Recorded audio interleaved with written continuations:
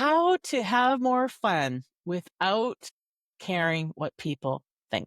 Do you naturally think about what other people in your life and those around you are going to think of you before you choose to do something fun? Will you look irresponsible? Will you look selfish? Will you look silly, immature?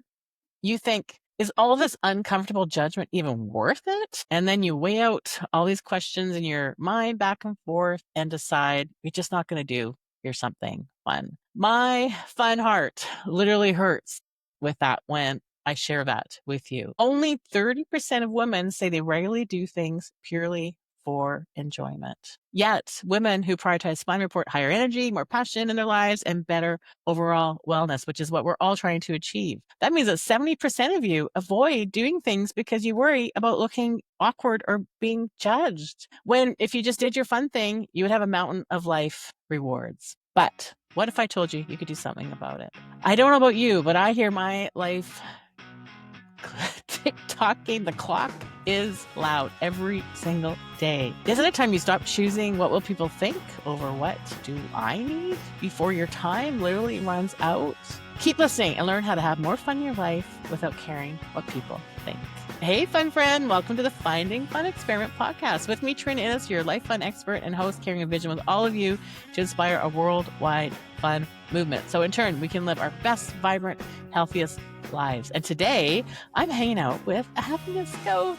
Yeah, you heard me, happiness coach. I'm just happy saying that. Kim Strobel, educator, speaker, author of Teach Happy, a woman with a sunshine smile that lights up the world, who wants to teach you what she has learned on being able to live a happy life. And I've been binge listening to her podcast. She finds joy. She inspires women to stand up, get big, not small, even if we are called out as too much. I think I've been called that myself quite a number of times. One of my favorite things so far about learning about Kim is she's a gal pal trio calling themselves the board of directors. And they even have a talk agenda when they get together every month. How fun is that?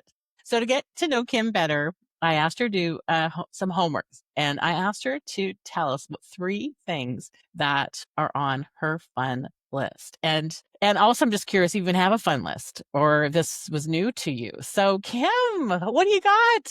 Thank Hello. you, Trina. Thank you for having me. So I have to tell you, I am a playful personality and fun comes naturally to me. So I would fall in your statistic of the 30% of people. And I think the reason for that is my dad is very much a playful type of personality. So when we were little kids, Hmm. he was always playing jokes on us. Like we literally created a game as a family where this is terrible, Trina, but like we would hide around the house and he would chase us around with a belt and act like he was going to whip us, which we thought was so much fun. Hey, fun for everybody. Yeah. And like my brothers and I joke that we see that fun played out in like the way we raised our own kids. There was Hmm. always just a lot of laughter and silliness. But I see that for women, this can be really hard. And so on my current fun list, and yes, I have so many fun lists. So pickleball. Okay. Okay. I fall under Stuart Brown's his personalities. I fall in the kinesthete and the competitor. So pickleball is something that my husband and I took up. We love it. It is so much fun. We play with another couple, and my friend Laura and I are always like, I wonder if we just could count the number of times we laugh during a pickleball game. And then hiking, I love nature. So that's like on top of all the other fun things I do, that's like an addition. And then I'm really excited to tell you about this latest fun thing. Okay. Gosh, okay. I think that it's like making this huge comeback in the US, but it's a game that women are playing, mostly women, men play it too. And it's called Mahjong, Yes. the Chinese tile-based game. Yes. We play Yes. the American version of it, and so there's a group of 6 of us who have started playing So 6 women, 6 girlfriends? 6 women, yeah, Okay. so the Okay. board of directors are part of them. Okay. Yeah, so the board of directors is this, like, really tight friend group, Yeah. and we definitely meet. We have an agenda, And I and even love their names. What were their names again? I was like, so that was, yeah, so Sarah, yeah, and then Mary and Dixie. And Dixie. the Mhm. way this came about was our friend Sarah, she's just had some relationship troubles over the years. And Okay. she just kind of was choosing men that were just not of her caliber. Right. And so she moved back to our hometown after 20 years. Huh. She gave herself like a whole year to try to heal from a bad relationship. Mm. And then she started the dating game. And we were like, okay, you're not doing this unless like we're forming a board of directors and we have a resume of things that we're going to be looking for. And so the guy that she is actually with and now engaged to, Oh. she showed up to the first date with questions from her board of director. Whoa. Yeah, And he passed he apparently. passed So yeah, and good for yeah, him. Good for you. Well, in some ways that's called the wing women, right? Where you're in the background making sure those things happen. So I love that. So thank you for sharing. And for the listeners, the National Institute for Play, they have 8 play personalities, which Kim was talking about, movement and competition. And some people can be jokers, some people can be collectors, some people what's another one in there, Kim, oh, off the there's top the of my head? creator, the artist Creator. Yeah, personality. yes, Yeah. yes. And I'll put that in the show notes, where you can take a test and figure out what you are. And for many women, it's interesting. I haven't done any of the data yet, but I would say about 50% just from my own experience. There's a lot of like, now I see what's going on. My play nature is this, but I'm doing a lot of this, which does make sense why my playful cup and my fun cup is not full. So it's a great, quick, easy tool that we all can use. So thank you for sharing that. I love it. And so when you get together for this game, because again, I think I have in our basement, my father-in-law had built us a game because we played it. He played it with our kids, so with his grandkids. Where are you getting together with like this? Is this on a Friday night? Is this at a library? Is this like? Tell me, give me the visual of this. Yeah, so we just started, and so we had a group about an hour away that was linked to one of my friends, and so she said, "You know what? My group of gals will come teach your group of gals how to play." And so Uh, we're all into the animal rescue business as okay. well. And Yes. so instead of calling it mahjong, she calls it pawjong. And so we all paid like a donation for Oh, them to oh, come and spend 4 hours teaching us. And then we got to pick our favorite animal organization to make that donation it's like a to. little fundraiser. Yeah. And so now we are trying to play every other Monday, Mhm. and we just take turns at each of our 6 houses. And so the host usually has like a soup, and Ah, then we'll all bring like a little appetizer or a little drink. And so the first 45 minutes or so, we're mingling and yeah, eating and having yeah, fun. And yeah, then I don't know, I just love like the tiles are beautiful. And yeah. there's like this Mhm. kinesthetic thing to like shuffling the tiles. You Right. have like a beautiful tablecloth mat that you play on. There's a lamp in the middle, Uh, and it's, like, very stimulating for your oh, brain. So there's, like, wow. all these cognitive benefits, and I'm a perimenopausal woman, so, like, I need to be thinking about cognitive brain function as I Okay. move through Mhm. life, you know? Mhm. And so, yeah, and we play for, about 3 hours. We're just getting started, so we're learning, Oh, but like, we are loving it. I mean, this is so it's cool. fun. And I love how you already pointed out you've you've taken this one experience of, just simple like finding the time, prioritizing the time for fun and connection with other women and socializing, and then, meeting competitive spirits and stimulation. And you've made it into like a fundraiser, and you've made it into helping out your brain for your future. It's like got all the things Yeah. going on. I But love Trina, that. I'm Yeah. gonna go back though, because we're talking about like the judgment that comes into Mhm. play, and we were Mhm. all feeling a lot of nerves before Mm. the very first instructional took Mm. place, because we were all scared, like, what if I'm the one that doesn't catch on or doesn't understand, or what if I like Oh. everybody else is. So we were all kind of Mm. talking about that, how we were like anxious about Mm. like almost like our performance, Right. would we be able to Right. catch on? Would I be the only one that's still confused? And I think like it just goes back to your statistic again that we didn't let it stop us, but we did have, all of us did have, like, some of them were watching instructional videos way before because they were trying to The prepare. preparers. Yeah, and so we didn't let it inhibit us, but it did play a part, a little bit in the Mhm. nerve of like, "Oh my gosh, this is a new game, and I'm 51 years old, and can my brain still learn something new?" You know? My fun heart is breaking more into different pieces. So, out of that experience, were you able to have a conversation together and be honest before this happened? Or was this, okay, now we're playing it, now I got it, I'm feeling less anxious because I'm not looking like I'm, understanding it. Did you were able to address it beforehand or during or after, or Yeah. how did that roll It out? was interesting just to kinda watch, like, different ones would be like, "I'm feeling kind of nervous about this, like, what if I don't catch on?" And then someone would say, "I'm watching videos to prepare," and then I didn't watch any videos to prepare, so then I was like, "Oh my gosh, am I already behind everybody else?" Okay. Um, Okay. and then, um oh gosh, something you just said, I feel like I know what it was. So then I went in and I just said, because here's the other, this is like the good part of me that I'm proud of is like, I'm just not going to do anything at this stage in my life that I don't want to do. And Yes. so, like, I just Mhm. said, I really want to love this and I hope that I do.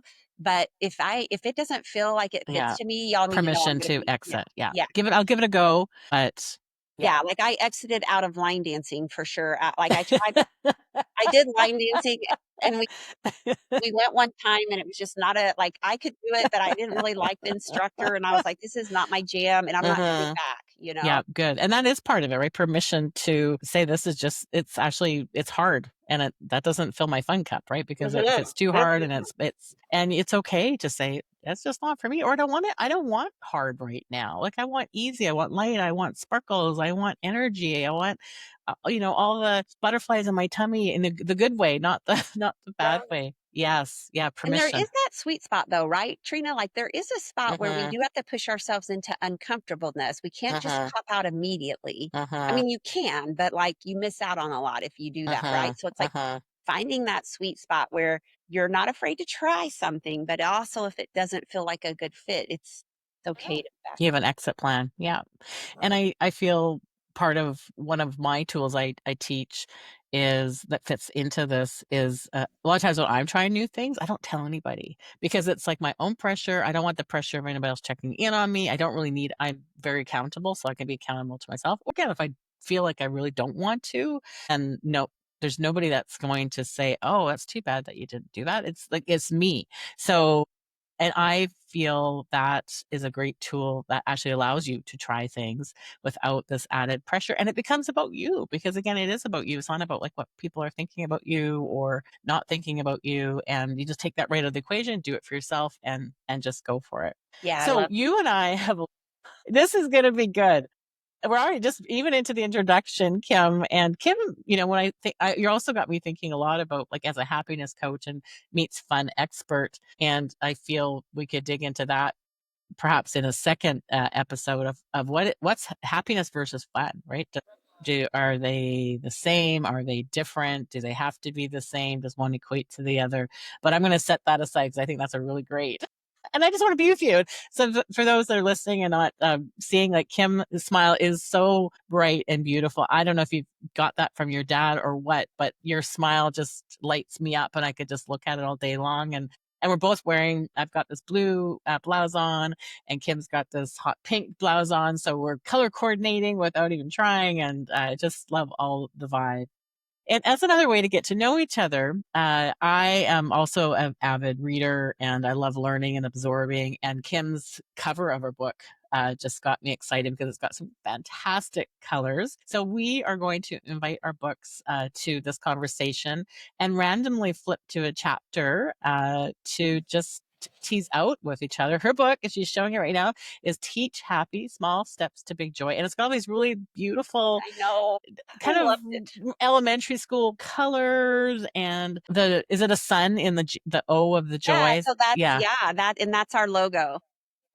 And it's just happy. Just look at it. It just makes me darn happy. So Kim, tell me, after someone reads your book, how do you want them to feel and why? Well, I feel like women in particular, we do not know that we're allowed to prioritize our happiness, just like we don't know we're allowed to prioritize our fun. And so we Mm, have these deep seated beliefs that have been placed upon us by well intentioned mothers and grandmothers that basically have taught us that you are to give to others throughout the day and take care of everyone else. And if there's anything left over at the end of the day, you get it, but there's never anything left over.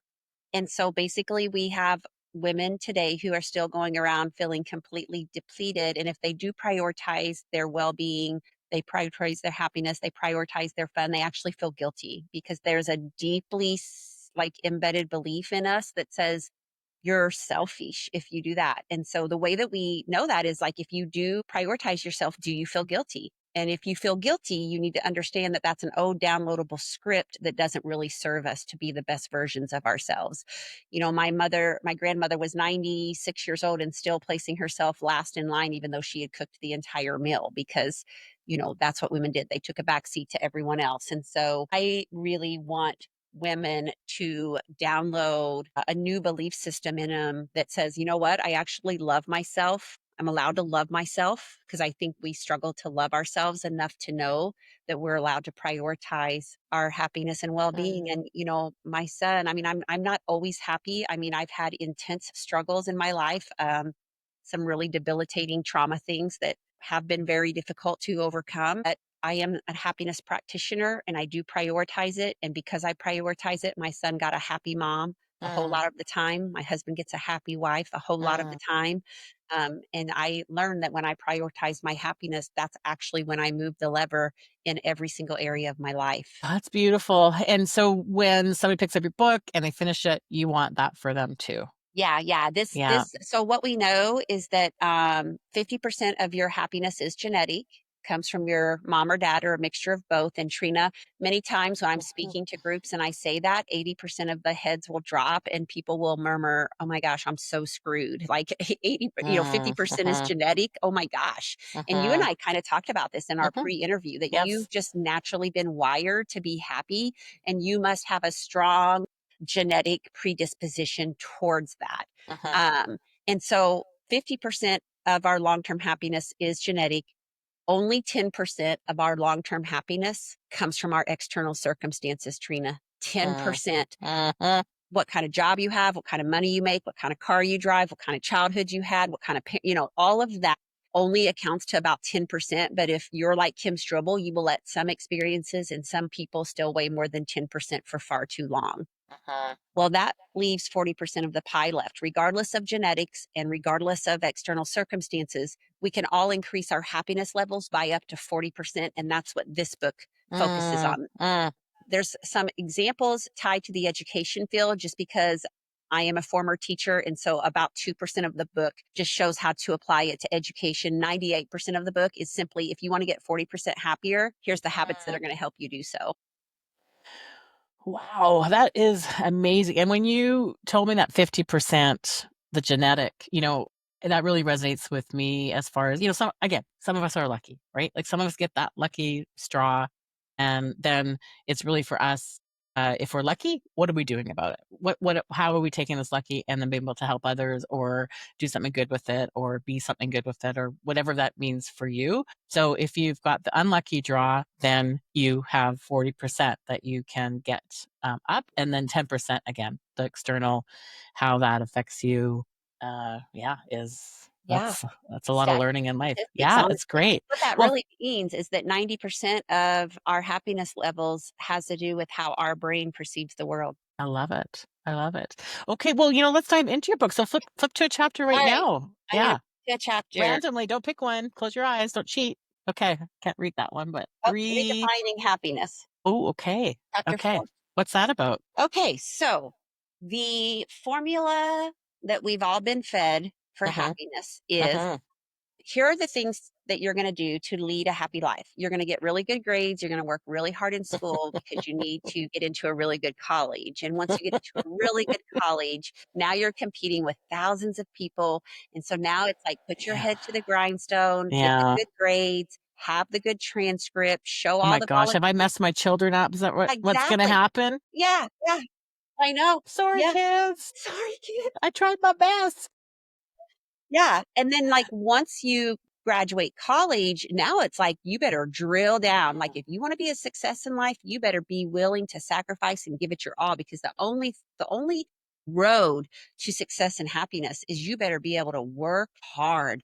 You better work hard, you better get the good job, you better get the perfect wife, you better have the 2.5 kids, and once you achieve all these things, right? You achieve, achieve, achieve, achieve. Okay, now you're what we call a successful human being. And because of that, you are now you've arrived at happiness. And what we know from positive psychology and from the last 20 to 40 years of research is the formula is completely backward, Trina. First of all, the reason that formula never works, like it's great to have goals. It's fine to be a high achieving person. The problem is that when you tie your happiness to the achievement of that goal, you are going to be disappointed every single time because Trina, if one of your Right. goals is to lose weight and you say, if I could just lose 20 pounds, I'd be happy. Right. Well, what your Mhm. brain is going to do is once you hit that 20-pound mark, it's going to go, wow, I did it. And then it's going to readjust the goal because as humans,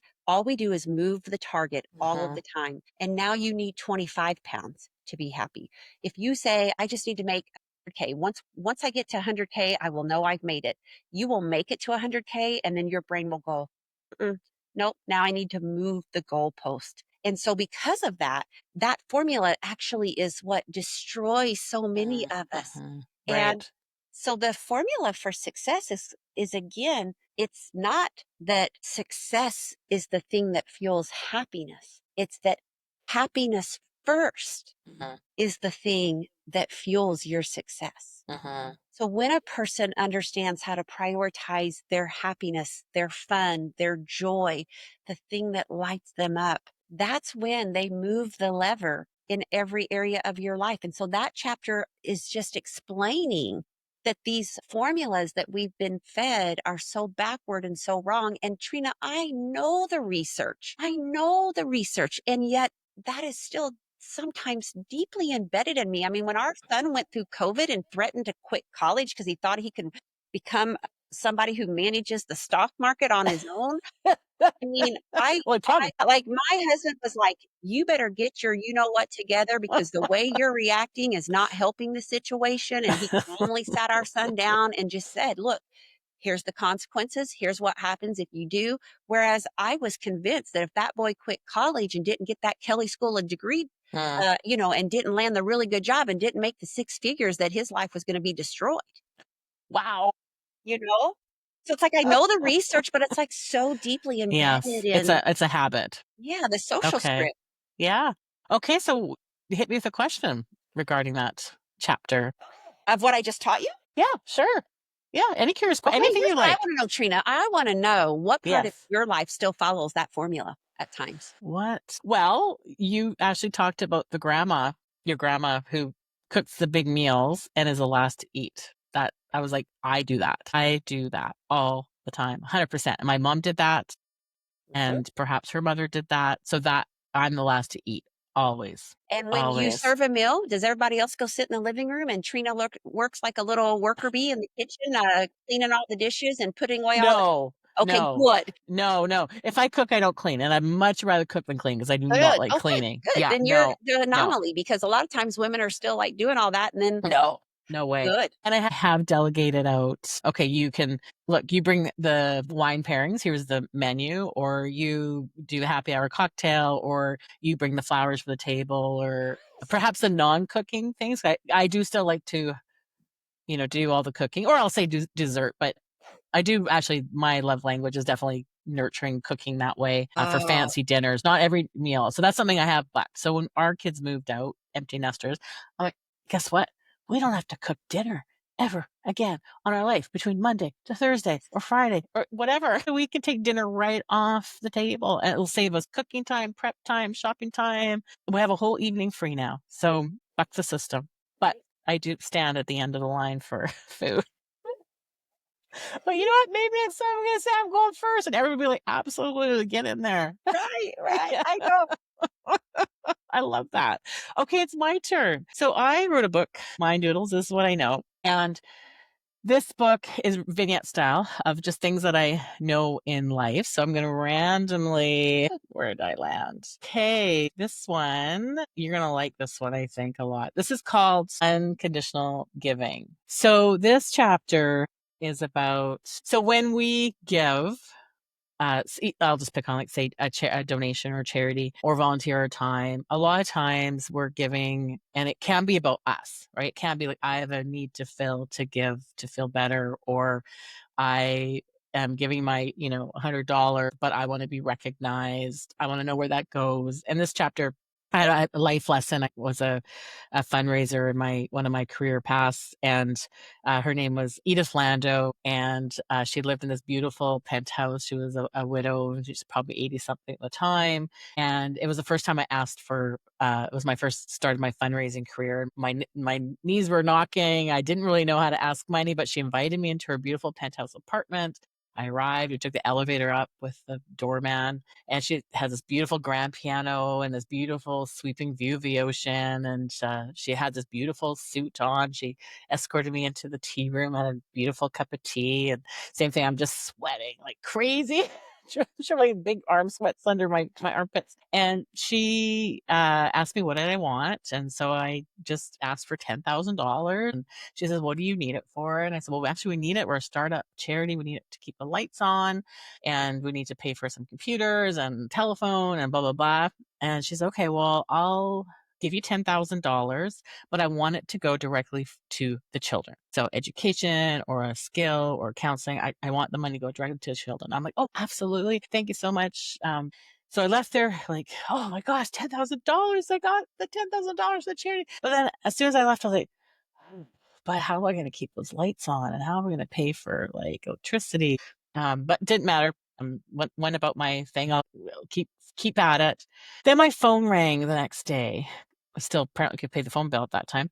And it was Edith. And she said, look, Katrina, I've just made a big mistake. I have given you $10,000, but I've given it selfishly because I wanted to go where I wanted to see it go. But you need it for the lights and you need it for computers. You put it where you need it. And it was selfish of me. And that was my life lesson about this unconditional giving, which has been just such a North Star for me to follow in my life, because it's not about me. It's about giving unconditionally and taking myself out of that equation. So that's what that chapter is about. So I see your mind doodles going in circles. Tell me about maybe a time where that is a story for you. Yeah, well, it makes me think of, I'm going to tie it right back to happiness because one of the top 5 happiness habits is random acts of kindness. Mm, And so, what we know from the research is when we do an act of kindness, it lights up.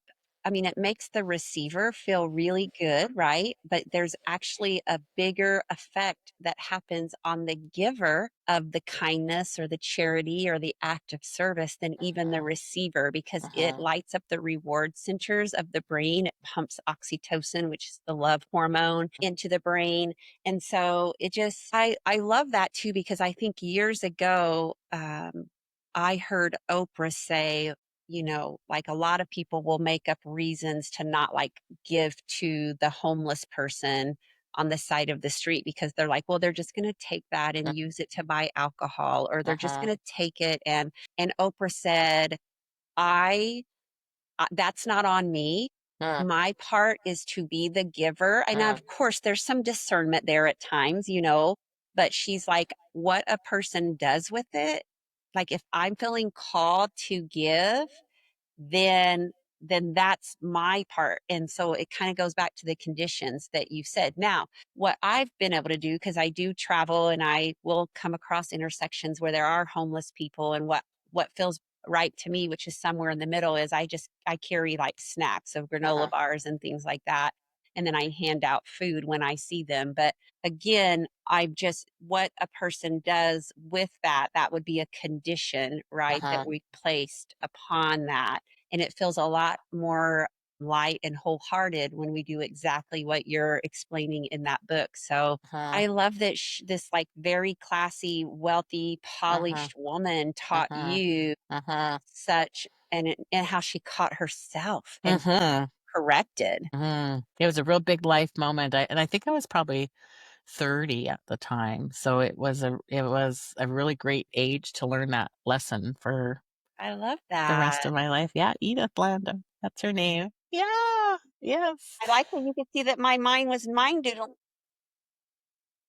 As a fellow mind doodler, there's a Great, few of us such a around. There's great a few of word us for it. around. Okay, well, let's get into this. Let's get into judgment. So, judgment stopping you from having your fun. And I feel so passionate about this. And I often get angry at whoever is feeling judged. Like, I actually have feelings of anger towards that person. I'm like, why? Like, I'm angry at you for feeling judged or making judgment up in your head or letting it control you. I feel angry because I see the potential for somebody about it stopping them, and it yeah, it makes my blood boil, which I know it's not mine to own, but it does. And I reflect one time, I think I was 40. I think my life is in episodes of decades, but I was 40. And I decided to take a sabbatical of my career and just explore what else could be out there. And at the time, I was into pink, and I had a lot of pink hair. And it was still, I felt it was still professional, and I was in definitely have always been in a professional environment. And I had, I was being in a conversation, somewhat of an interview with a newspaper, a media firm at the time, and we had not met in person. And in those days, well, those days weren't that long ago, but online video and things like that weren't really a thing. And so this person had not met me yet. So the conversation was going really well over telephone without seeing each other. And then I went to her office, and she wasn't much older than me, maybe 10 years, but she told me straight out that they wouldn't hire me because of the color of my hair. So I was judged. I had a lot of skill offer, and I was not hired because of the color of my hair. And I that was a real aha moment for me about, well, it didn't crush me, but it got me thinking, like, wow, like even this fellow woman who she was vibrant and beautiful and lovely and charismatic and smart is judging me about the color of my hair. So that was one of my aha moments in life. So 81% of women say they do self-monitor how they are perceived in public or professional settings. I mean, I have a good example. Why? So does this shock you, or is this what you would expect? What do you think about I that? think that women are way more harshly judged in every single facet of their life than men are. And I think that's just the way that it's always been. I don't know if this statistic, how credible it is, but I remember hearing it on a podcast where a man will actually apply for a job if he only has 25% of the skill set, and a woman won't apply unless she has 90 to 95% of the skill Oh, set. ooh. So, I mean, let's just take this back. Women have had to fight really hard, much harder for men to acquire the same kinds of rights, right? Like, even in the speaker world right now, the number of calls that I get that say, we've had 10 male speakers, and I got to thinking maybe we should have a female speaker. And it just is shocking to me. Like, like, especially in the teaching field. I mean, I do keynotes in the business field, but most people are women. The teachers in the seats are women, and we're still putting men in front of women to tell women what to do. And so I feel like if you think about this, I mean, it wasn't too long ago, Trina, that women were even allowed to have credit cards or to be place their name on a home, And so because of all this, I feel like women keep themselves really boxed in, and we are definitely afraid to color outside the lines at all. We are taught from a very young age that you are to smile, you are to stay quiet, and you are to look pretty so that you can attract a mate, and you should never ruffle any feathers, don't have opinions. I mean, even my mom to this day, she'll be like, well, you sure, went you sure snapped back at someone on Facebook, or you told them you disagreed. Why do you do that? That's terrible.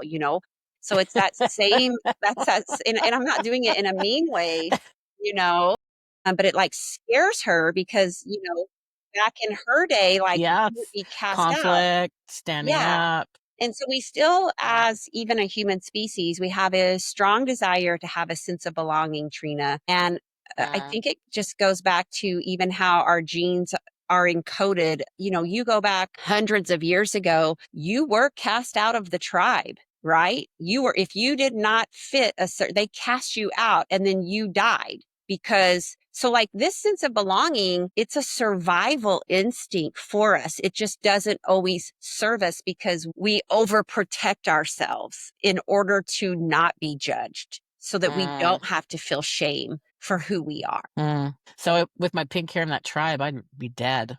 Oh, yeah. I mean, Yeah. Trina, 15 years ago, one of our school teachers went on a cruise and came back and had what do you call all the little braids, the cornrow Oh braids? yeah, yeah, yeah.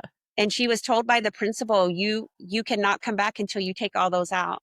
I mean, that was 15 years ago. Whoa, whoa, whoa. Okay. Now my blood's boiling again. I know. Okay. Okay, so can you remember a moment when you didn't choose fun because you were worried about how it would look?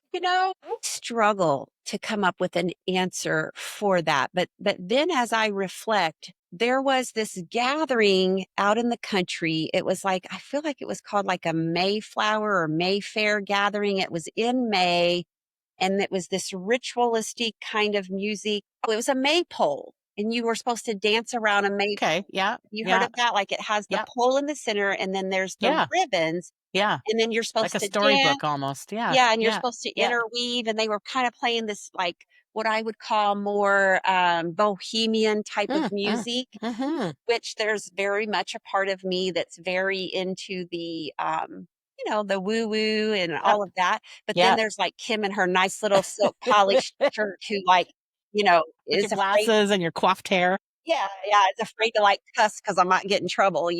And so I remembered wanting to there were some women who were just so naturally dancing around it, and I had to force myself. I was like, "You're going to do this," but, like, I was so uncomfortable Mm-hmm. doing it. Whereas if nobody was there, I kept thinking, "If nobody was here and I was listening to the music, what would I be doing?" Right. Right. Compared to what I'm trying to make myself do now, Right. fun, but I'm really scared how it's gonna look. And it was Right. worse because my husband was there. Isn't that odd? My husband of 20 some years, Mm-hmm. I didn't want him to see me looking and acting silly. Right. Even though I mean, he sees me as silly a lot, but not quite in that realm. Yeah. Okay. So did you do it or did you I did it. stop? I did Okay, it. you did it. I did it Okay. because you know what? I tell people, feel the fear and do it anyway. Quit letting Mm-hmm. shit stop you. Mm-hmm. But it was hard.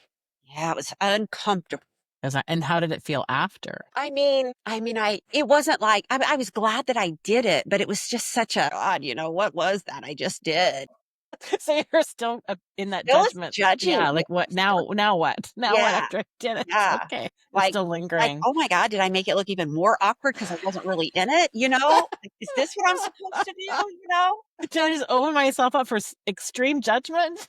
Yeah, Holy the inner critic cow. is terrible. Okay. So you did a great job of explaining belonging and being an instinct, a survival instinct. Otherwise, we'd be kicked out of the tribe and killed. So for today, in today's world, what are women actually afraid of? If people think they're seen like again of being silly or having too much fun or not the right kind of fun, like what are we afraid of? I think that we are afraid of well, for sure, we're afraid of being judged, but we're also so fearful of not doing it right. Hmm.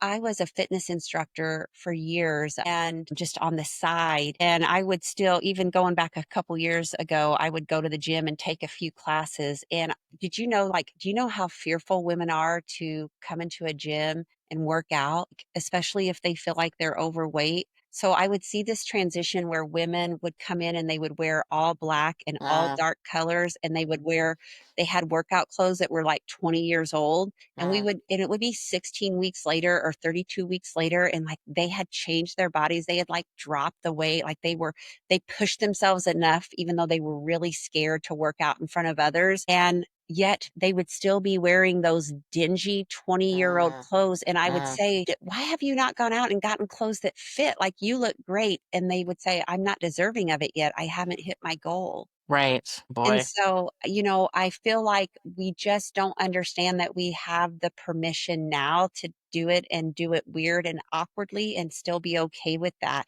It's just so much pressure that we put on ourselves. And I have grown so much in that area of my life, but I see it in so many of the women that I'm around that it's a lack of self confidence, it's a fear of judgment, and it's insecurity, and it's also fear of like not doing it right, not doing it well enough.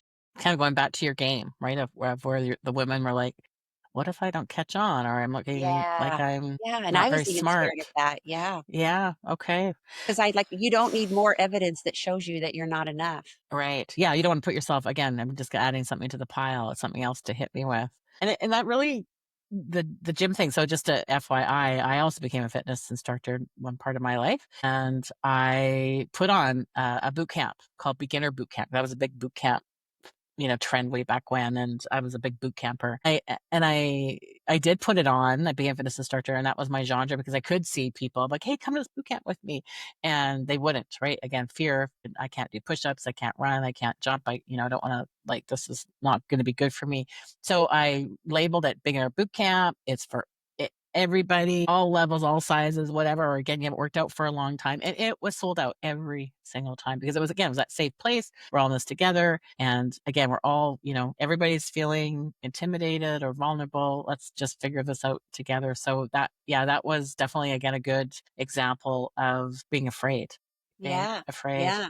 Afraid of judgment. Yep. Yeah, but I never looked at it this way. So thank you for helping me see it differently. I didn't Yeah. really look into it as a fear of judgment as much as just like I'm not in shape.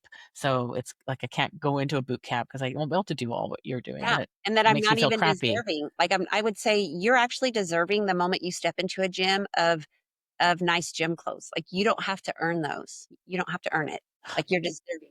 I'm buying everybody a neon green workout shirt.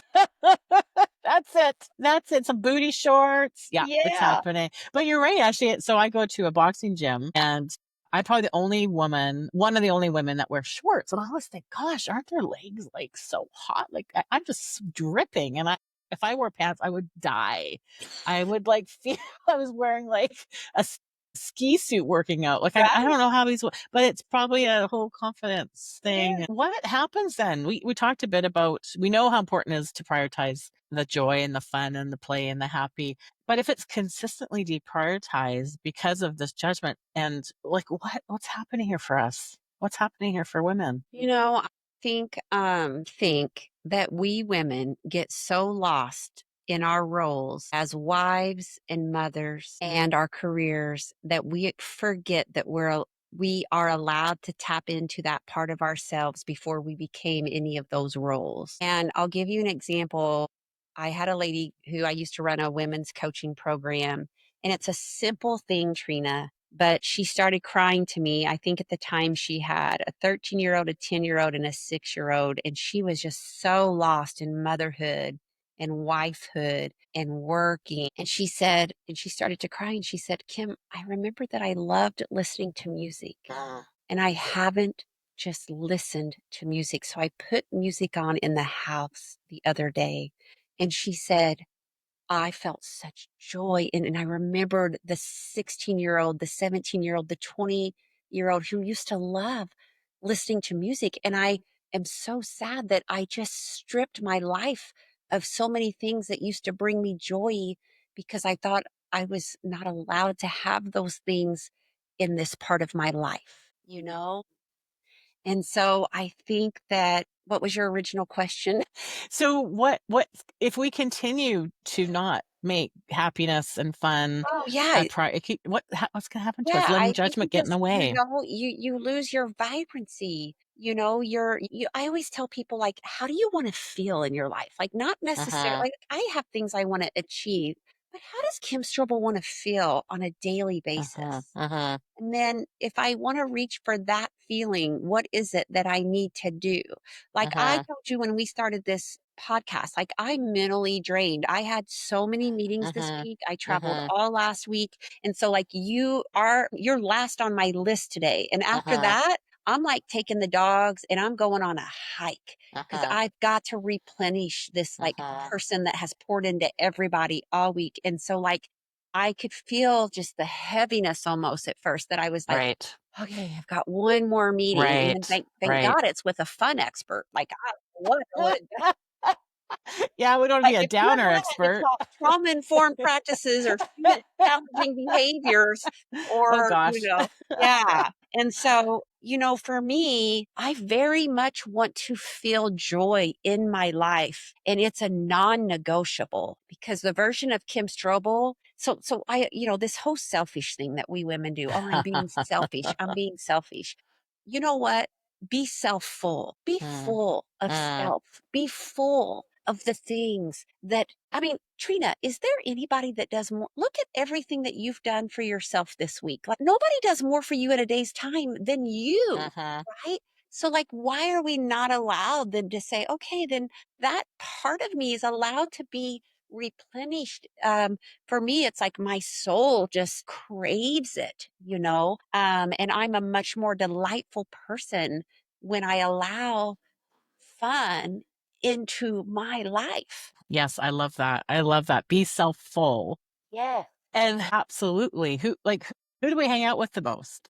Ourselves, right? Like it's you, yourself, and I. And we're the ones making the decisions. We're the ones in control. We're the ones deciding yes, no, why not. We're the ones feeling what we're feeling, stopping what we're feeling, wanting to feel what we feel. We're it. We are person in our lives. And we need to count on ourselves to be able to say, I want to feel like that. I want music, want to I have a great story. I recently got my head up a little bit going, well, I love to try new things and I am trying lots of new things, but I'm sticking in these buckets of things, right? Sticking into physical because I'm also a movement in my play personality. So if I'm not moving, like look at my hands, right? I'm always moving.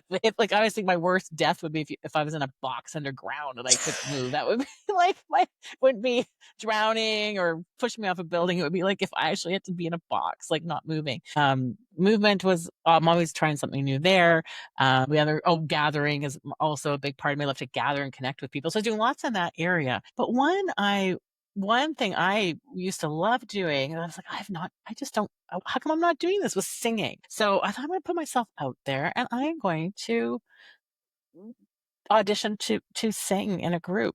It was to be in this room of singers and to feel that was just beautiful. But that was me,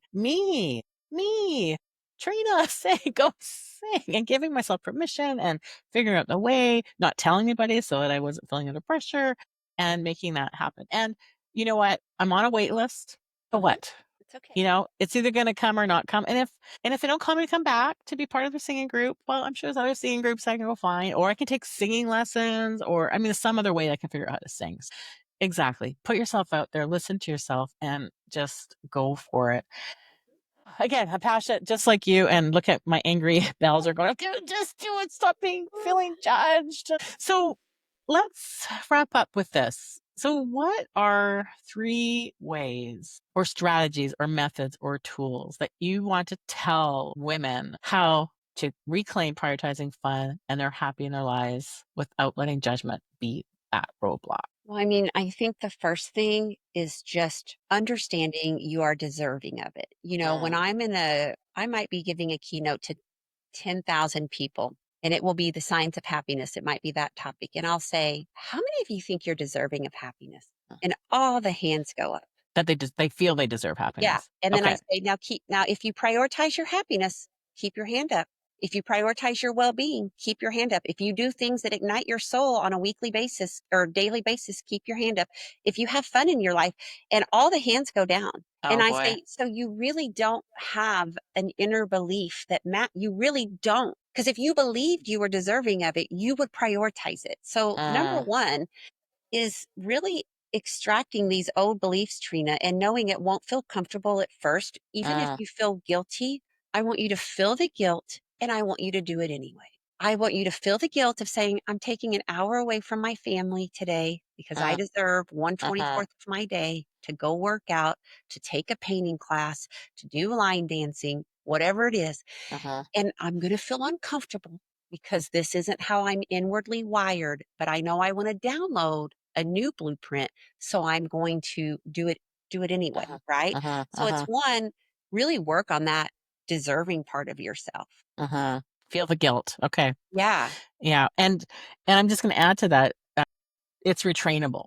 So Mm. when you're listening you're going to think, well, how can I feel the guilt? How do I do that? Just keep doing it because it is retrainable. And the more you do it, your brain starts to go, this is freaking awesome. And I want more of it. It's more and more. It's a reward system that keeps like blinking. And so the more you're pushing yourself, it's that I imagine that guilt starts to take a back seat. Yeah. Oh, yeah. Because Yeah. you create new neuroplasticity and you create a new normal in the brain, you know? Yeah. Okay. Okay. So feel the guilt. Awesome. Number one. Number two. Number two, I think it's just self acceptance. Like, Mhm.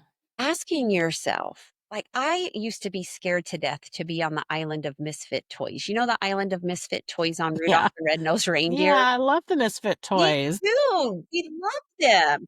But, like, growing up, you never wanted to be the weirdo, right? Like, you conformed to be, like, what you needed to be to fit in with, like, what Mhm. was acceptable or what the cool kids were Mhm. doing, and so what I've really Mhm. learned is, like, I like that Kim's a little different, like, reclaiming the parts of myself that were used as self-protection but not Mhm. needed, and, like, just, like, knowing, like, yeah, that's just who I am, and I actually Mhm. like being on the island of misfit toys, Okay. and S that's who I am, like, in my soul of soul, that's who I am, so why would I wanna shelter that? Mhm.